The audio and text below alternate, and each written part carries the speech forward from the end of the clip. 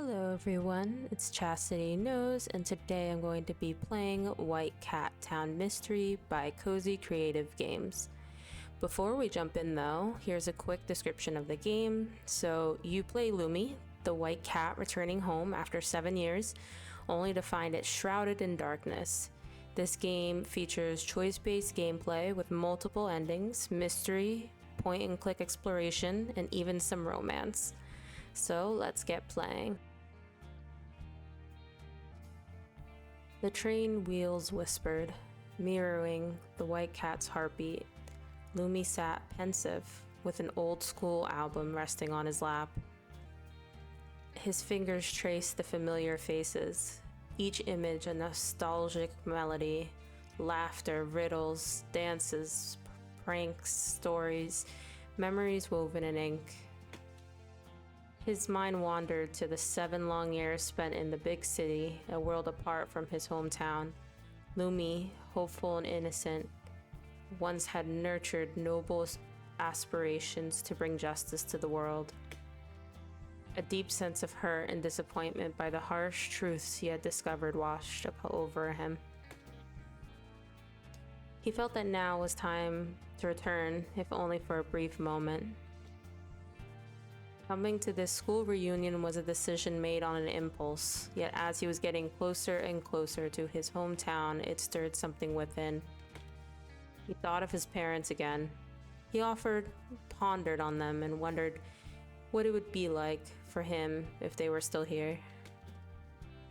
He gazed down at the school album within round frames, 6 faces, forever frozen in the timeless embrace of black and white, looked back at him. Adrian, the black fox, elegant as always, even at this young age. Then there was Lumi, a younger, more naive version of himself. Beside him, the ever vivacious squirrel Clara, and Isabel, the rabbit, her undeniable beauty shining even in grayscale. Felix the hamster sported a cheeky grin. Ethan the dog, a silent observer of the world.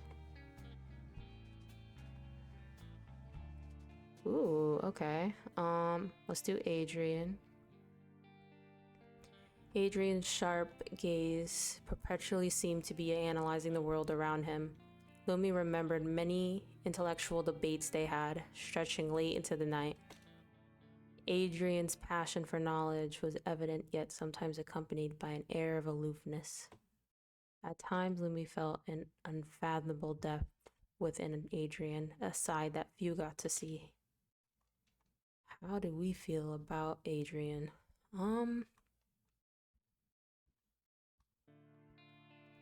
I mean, you know what? Why not? Both Lumi and Adrian felt a strong attraction towards each other.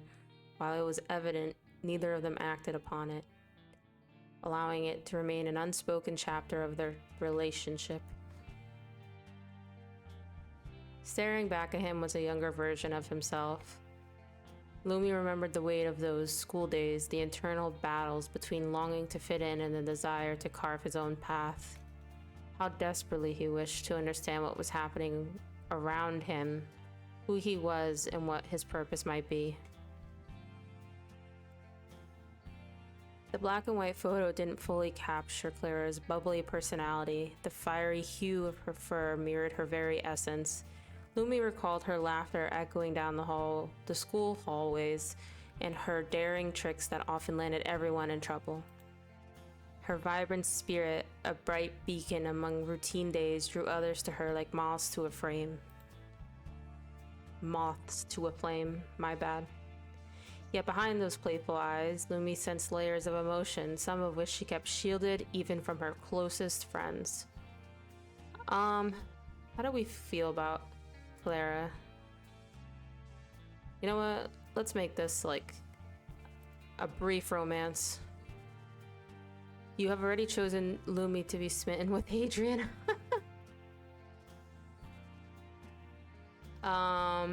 Okay. Friendship then. Lumi always valued Clara's vibrant nature. They embarked on as many adventures together, fostering a deep friendship bond. Well, I guess we chose Adrian. Isabella was considered the most beautiful girl in school, though to Lumi she was more than just a pretty face. He was captivated by her charm, her magnetic and inexplicable allure. There always was an air of mystery around her, a veil that few could ever lift. Can I do this? Damn it. Let's do this. Lumi admired Isabel from afar, never finding the courage to approach her or engage in meaningful conversations. Felix's mischievous grin served as evidence of his unpredictable nature. Lumi remembered the school days filled with Felix's antics, which had become more and more audacious each time. But there were moments, fleeting and rare, where Felix would let his guard down, revealing that he was desperately trying to fit in. How do we feel about Felix?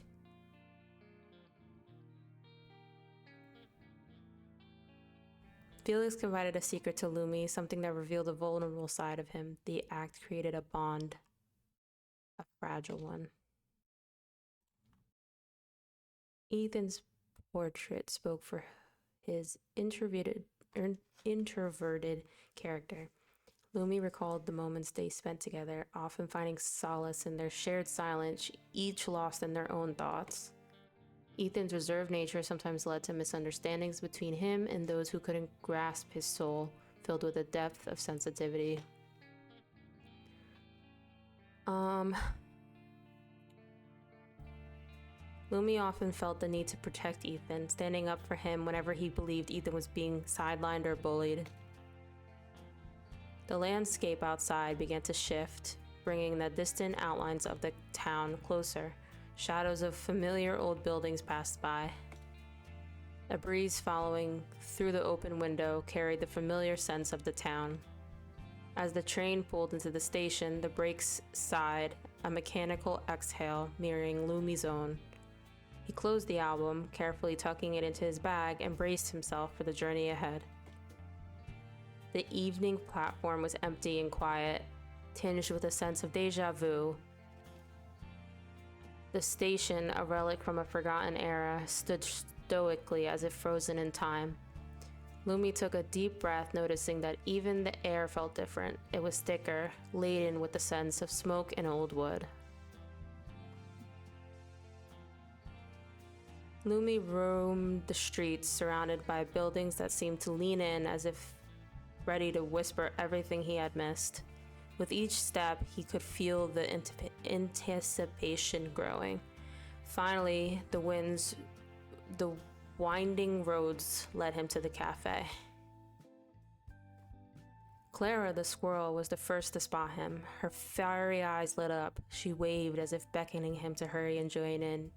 Getting closer to the table, he saw that the group had significantly perked up.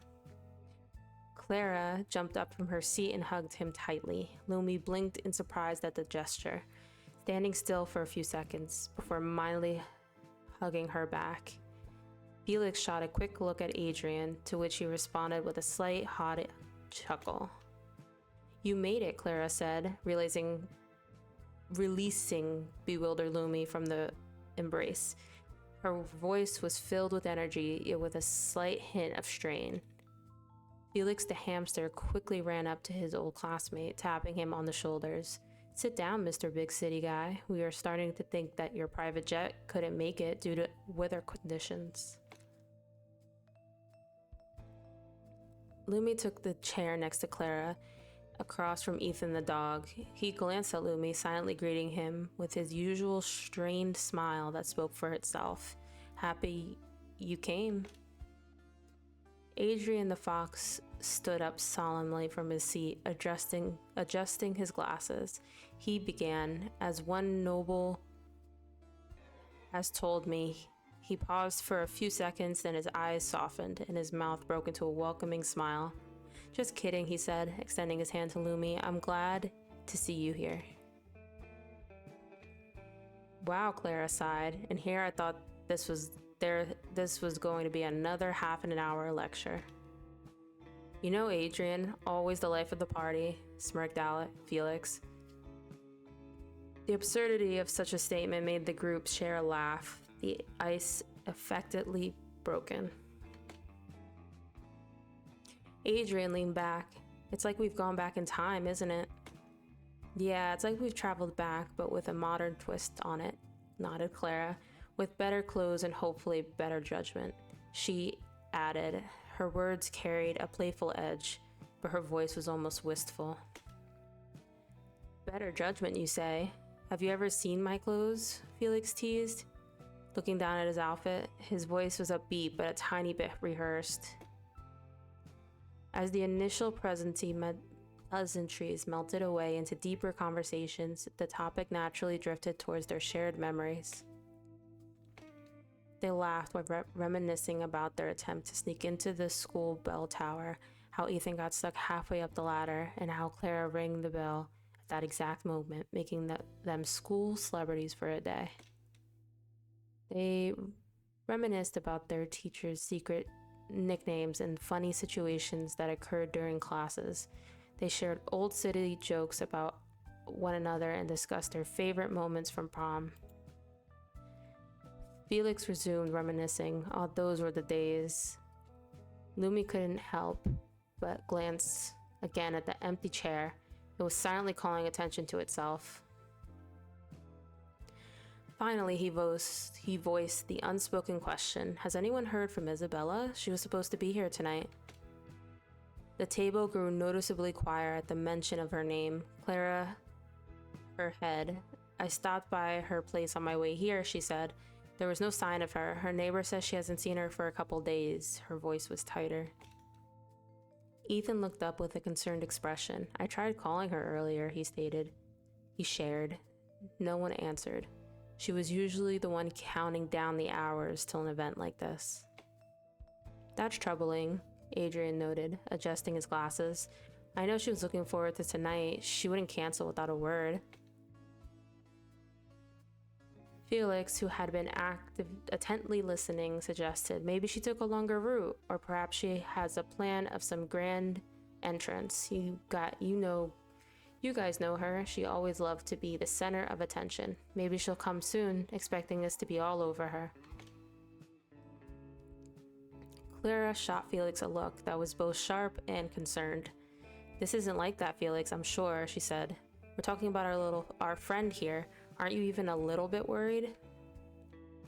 Felix held up his hands in a calming gesture. His playful demeanor softened. You're right, he admitted. I'm sorry. We should try to reach out to her family and see if they know anything. The group nodded in agreement.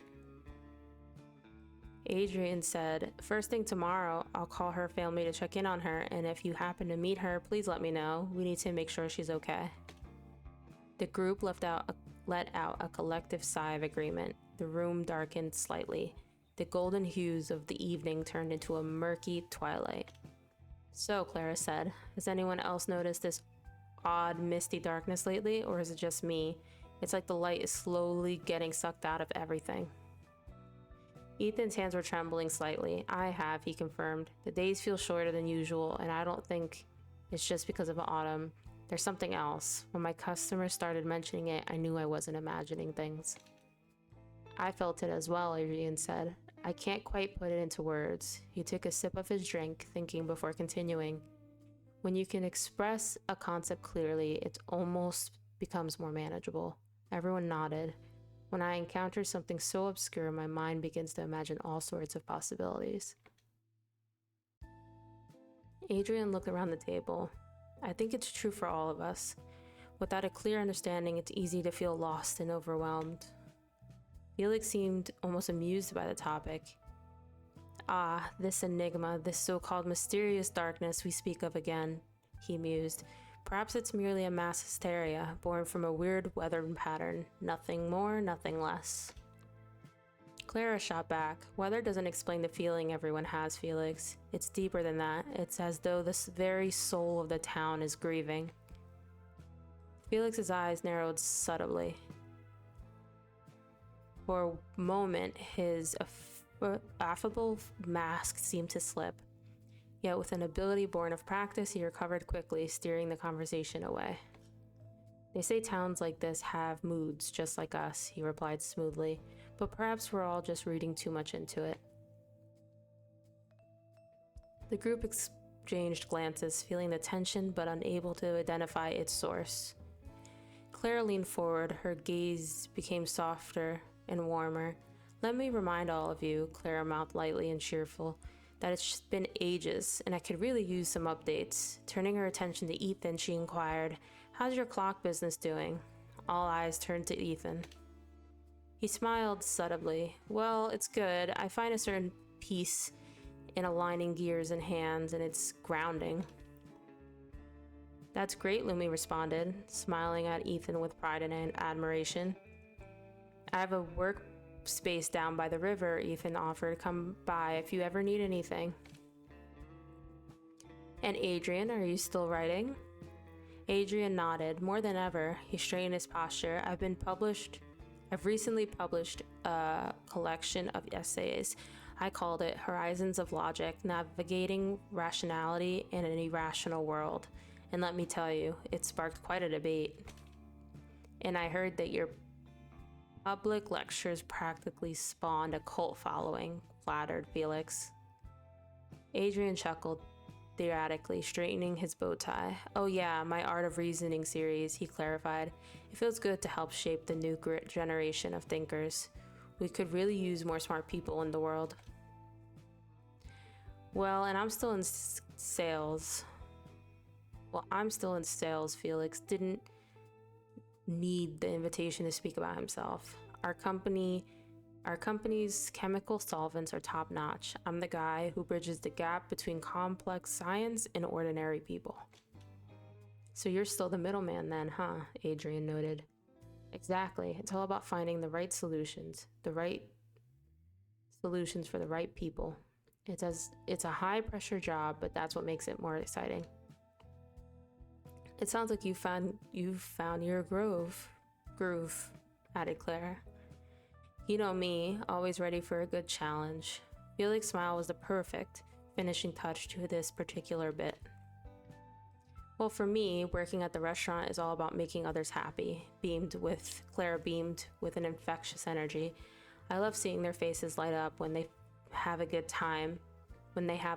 time, or when the staff celebrates after a good night. I just can't get enough of it." She spoke humbly, yet it was evident she was proud of herself. "Sure, it's tiring, but it's what I was meant to do, and I wouldn't trade it for anything at the end of the day." Clara, the guardian angel of good vibes, Felix couldn't help but chuckle at her enthusiasm. "Hey, somebody's got to keep the party going, right?" she beamed. Subsequently, all noticed that while they had shared their own stories, Lumi had remained silent about his.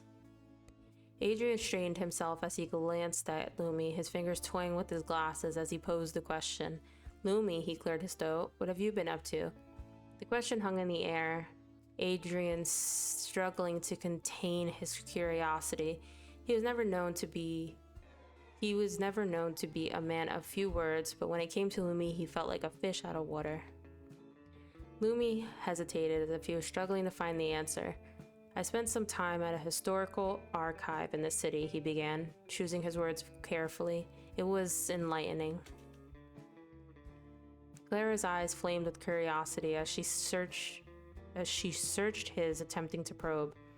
"Must have been full of old secrets, right?" Lumi's eyes flickered. "You could say that. I stumbled upon things." "Secrets the city tried to bury?" Adrian pondered, letting his gaze linger on Lumi for a brief moment. Lumi smiled. "The city has many layers, some best left unpeeled." "No way," Felix shouted, his eyes widened. "And you haven't yet told us all about it? If I were you, I wouldn't shut up," he chuckled. "You have to give us more than that." Ethan, his eyes soft but tense, watched Lumi closely, sensing the depth of unspoken tales. "I've met someone who has shown me another side of things." Lumi paused. "Helena." A subtle change in Clara's demeanor became apparent. Her playful fever seemed to wane for a moment. Helena, she asked, trying to sound casual, but her voice betrayed a touch of curiosity. Lumi, sensing the shift, clarified. She was my mentor, someone who guided me through the hardships I faced in the city. Clara's eyes softened, a slight realization dawning upon her. She laughed softly. It's good to have someone you can count on. I always knew you'd find your way, my friend, said Felix, glancing right into Lumi's eyes. Good-hearted people are naturally drawn to you, like attracts like. Lumi gently chuckled. Perhaps. The group sat together, enjoying a moment of quiet camaraderie. Lost in their thoughts, they gazed at the shimmering, distant skyline, holding on to its secrets. Breaking the silence, Clara softly whispered, almost to herself, "You know, life is quite a journey, isn't it?" Indeed, Lumi nodded, his gaze distant, and everyone has their own path. The cafe notably quieted, and the buzzing of the evening gradually faded into a quiet night. Time, Ethan said quietly. Yes, murmured Adrian, his eyes fixed on the old school album. Time flies. Ethan, look at the clock. Oh, Adrian chuckled. Felix yawned and stretched, a wide grin on his face. Looks like it's time for us to turn into pumpkins, he joked, getting a round of soft laughter from the group. It's been great to see you all again, Clara rose from her chair, inviting others to do the same. As classmates began making their way to the exit, Lumi paused, contemplating about the evening. The empty chair stood still. As they stepped onto the cobblestone street, the city-muted glow seemed to hold them in a gentle embrace. Ethan paused, looking up at the starry sky. Until next time, he murmured, his voice carrying a quiet hope. Lumi's investigative nature kicked in. Lumi realized that he must dive deeper into what was happening with the town. He had to determine the mysterious green mist, determine what the danger was, and eliminate it. He looked at his classmates. This was the perfect time for a one-on-one conversation, a chance to gain insights into the town. Oh no, this choice will affect future gameplay. You know what, I'm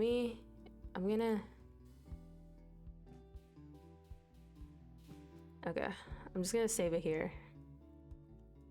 And I'm gonna stop there for today. Hopefully you guys like the game so far, and I hope everyone has a good afternoon, morning, evening, whatever time it is for you guys. Hope you guys have a wonderful one.